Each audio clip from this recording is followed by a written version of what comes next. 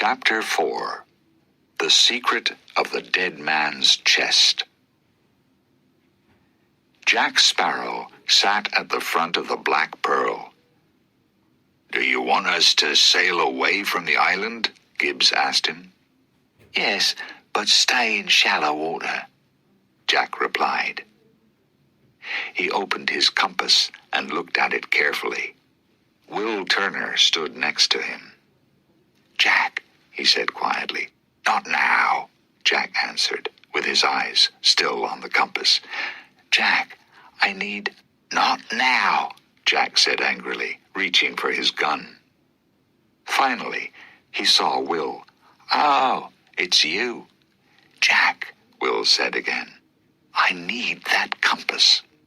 "Why?" Jack asked. He looked at the compass again, then closed it. "I want to save Elizabeth," Will said. Jack shook his head. "I've heard those words before," he said. "We saved Elizabeth before. Why don't you watch her more carefully? Lock her up in a room." "She is locked up, in prison. She's going to die because she helped you." Jack started to climb up into the sails. "That isn't my problem," he said. Suddenly, he felt the cold touch of Will's sword at his neck. "Give me the compass, now. Then the English will stop looking for you." Jack said slowly, "All right. You get the compass and you save your pretty girl. What do I get?" "You'll be free. The English will stop searching for you," Will explained again. "I will give you the compass," Jack said slowly, "but you must find something for me. It's quite dangerous." He pulled the small piece of cloth out of his pocket. Will looked at the picture of the key on the cloth. "Is this going to save Elizabeth?" he asked. Jack put his mouth close to Will's ear. "How much do you know about Davy Jones?" he said very quietly. "Nothing," Will said. Jack smiled. "Yes," he said, "it's going to save Elizabeth." On the Edinburgh Trader, Elizabeth Swan, dressed in a sailor's clothes, was on her way to Tortuga. She was hoping to find Will, but Will was nowhere near Tortuga now. He, Jack Sparrow, and Jack's men were traveling down the Pantano River in 2 rowing boats. "Why is Jack so nervous?" Will asked Gibbs quietly. "He's made an enemy of Davy Jones," Gibbs said seriously. "He thinks that he's only safe on land. If he goes out onto the ocean, Davy Jones will take him." "Davy Jones?" "Well, he has a monster that works for him. The Kraken," Gibbs said. His voice shook. "It's terrible. It can pull a ship to the bottom of the ocean." Gibbs stopped, and Will saw the fear in his eyes. "Is Jack afraid to die?" asked Will. "Davy Jones doesn't kill you," Gibbs answered. "He punishes you. Think of the worst thing in the world. It's waiting for you in Davy Jones's world, and it never ends." "And the key will save him?" Will asked finally. "That's the question that Jack wants to answer. So he's going to visit her." "Her?" Will asked nervously. "Yes, her." The rowing boats stopped near a small wooden house high in a tree. There was a light outside the door. "Don't worry," Jack called to the other men. He tried to speak happily. "Tia Dalma and I are old friends." "I'll watch your back," Gibbs offered. "I'm more worried about my front," Jack said quietly. As Jack climbed up into the house, the other pirates stayed close behind him. In the low light, they saw many strange animals in glass bottles.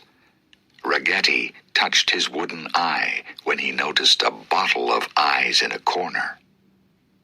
Tia Dalma sat at a table in the shadows. She wasn't surprised by the visitors because she could see into the future. She stood. "Jack Sparrow," she said, "I knew the wind would bring you back to me one day." Her eyes moved past Jack to Will. She smiled as she looked at him. "I can see a great future for you, William Turner," she said, moving closer. "Do you know me?" Will asked. "You want to know me?" she replied. She looked into his eyes and pulled him close. Jack walked to Tia Dalma and pushed her back toward the table. "We need your help," he said. "Is Jack Sparrow asking for help?" she asked, amused. "It's not for me," Jack answered. "It's for William. If you help me, I will help him." Tia Dalma smiled. "How can I help you?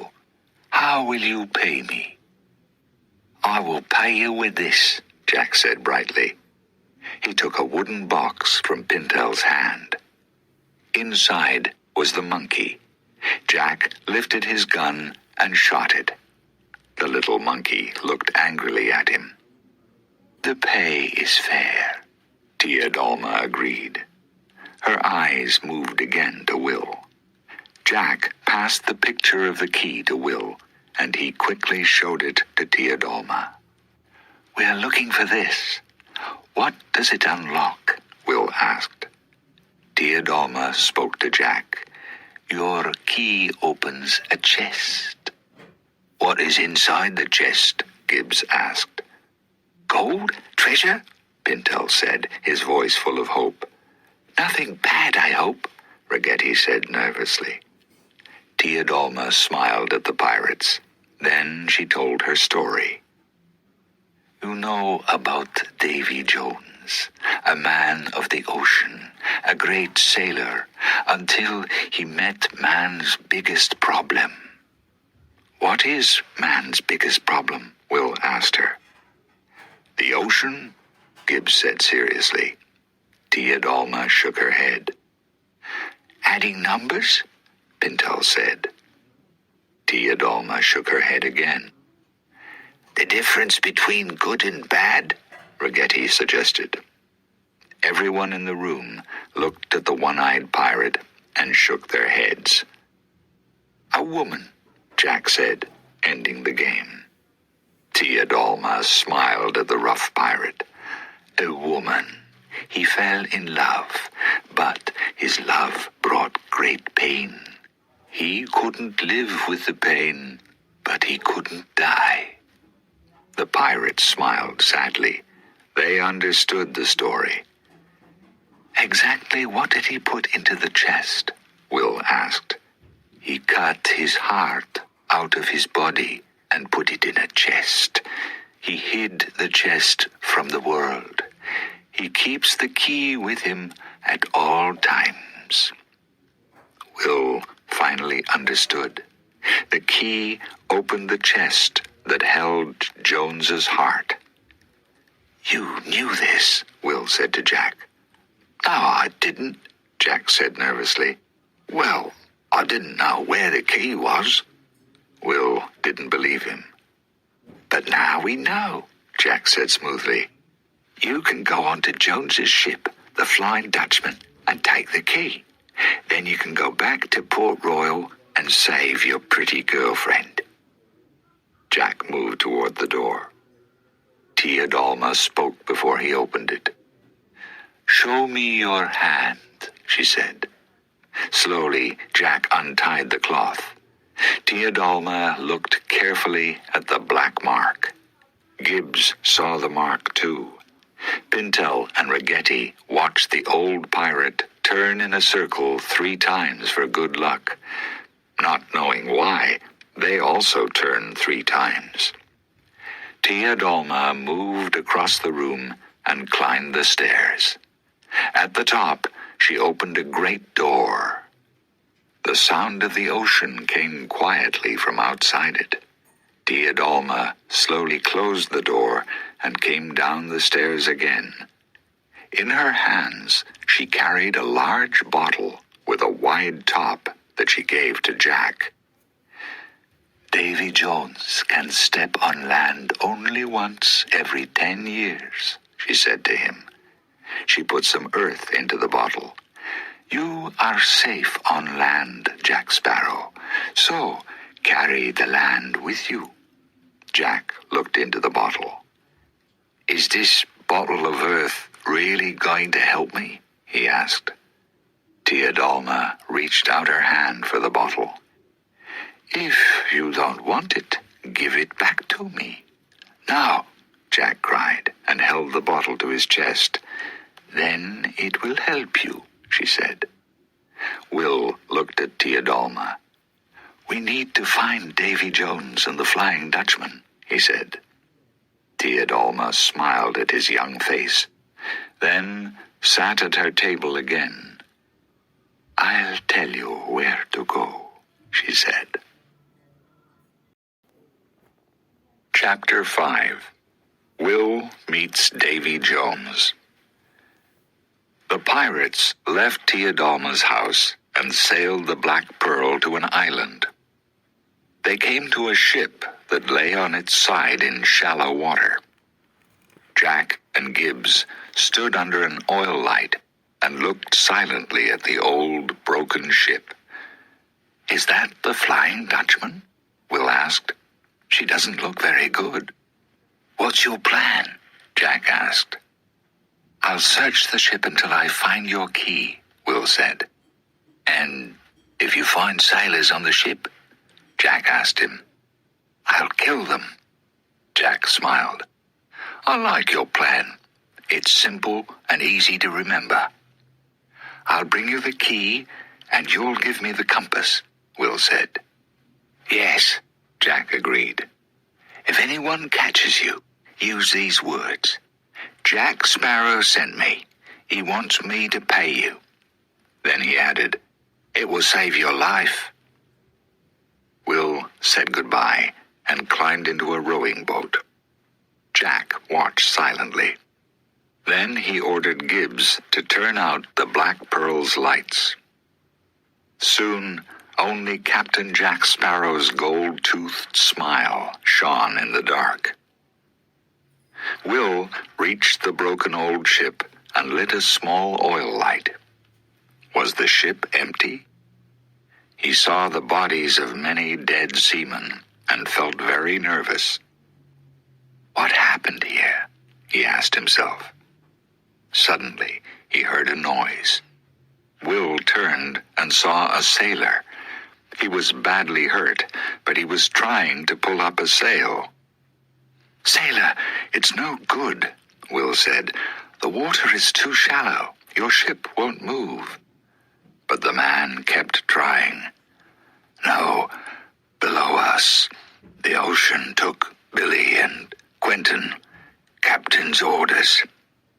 The ship shook, and a dead sailor dropped from the mast. Will saw round, red marks on the man's back. He turned the body over. The man's face was gone.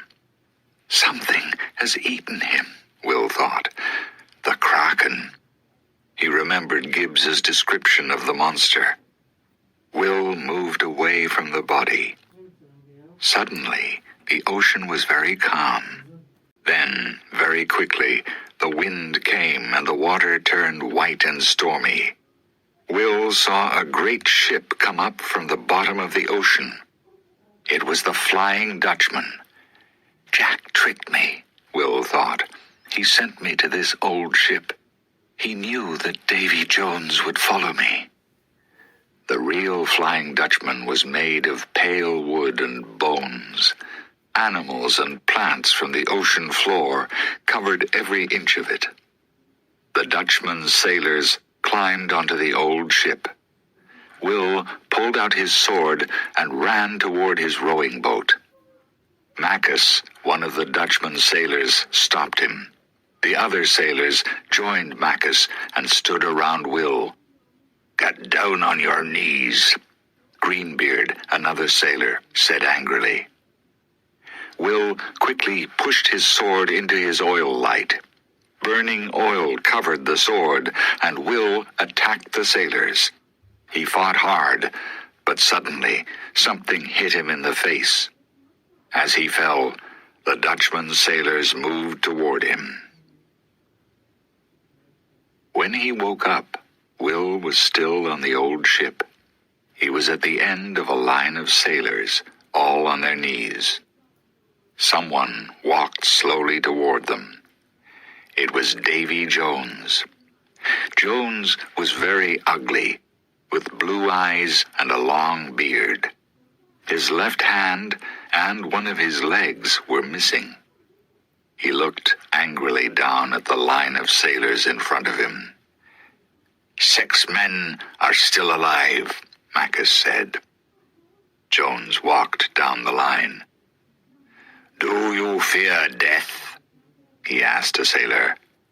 "I can offer you an escape." "Don't listen to him," said another man in the line. He held a cross in his hand. Jones turned and shouted at the second man, "Don't you fear death?" "No, sir." "Good luck, friend," Jones said. He smiled, then turned to Greenbeard. Greenbeard threw the man into the ocean. Jones moved close to the first sailor. "Life is painful, but you fear death. You can join my ship and escape it. You must spend 100 years on the Flying Dutchman. Will you come with me?" The sailor said quickly, "I will come with you." Jones smiled and moved down the line. He stopped next to Will. "You are neither dead nor dying. Why are you here?" "Jack Sparrow sent me," Will replied. "He wants me to pay you." Jones looked very angry. "Does he? Shall I accept that offer?" He turned his head and looked out across the dark ocean. Hiding in darkness on the Black Pearl, Jack Sparrow watched the Flying Dutchman. Jones was looking straight at him. Then Davy Jones suddenly arrived in front of him. The Dutchman's sailors also flew onto the Pearl and quickly circled round Jack and his pirates. "It's time to pay me," Jones said to Jack. His voice was low and angry. "I made you captain of the Black Pearl for 13 years. Now I want your soul." "Well," Jack said, "I was only captain for 2 years, then my men stole the ship." "But you were a captain," Jones replied. "You introduce yourself as Captain Jack Sparrow." "I've already paid you. I've sent you a soul to work on your ship. He's over there," Jack said. He was talking about Will. "You can't send another soul," Jones shouted. "One soul is not the same as another." "So, how many souls do you want for mine?" Jack asked. Jones thought about Jack's question. Finally, he said, 100 souls in 3 days. Jack gave Jones a big smile. "Thanks, friend. Send the boy back to me. I'll start looking for those souls." "I'll keep the boy. You must find 99 more." 99? Jack asked, seeming surprised. "Have you met Will Turner? He's a good and brave man. His soul is as good as 4 ordinary souls." "I'll keep the boy," Jones repeated. "Bring me 99 more souls in 3 days. Do you accept this offer?" Jack thought about the question. Yes, he answered. This Will Turner is a good man, and he's your friend. Do you want him to stay with me for the rest of his life? Jones asked. Yes, that's okay, Jack answered and smiled. He looked down at his hand. The black mark was gone. When he looked up, Davy Jones and his sailors were gone too. Minutes later, the Flying Dutchman and Will sailed away into a storm. Jack watched silently as the ship disappeared. I have 3 days to find 99 souls. There's only one place to go. Tortuga, he thought.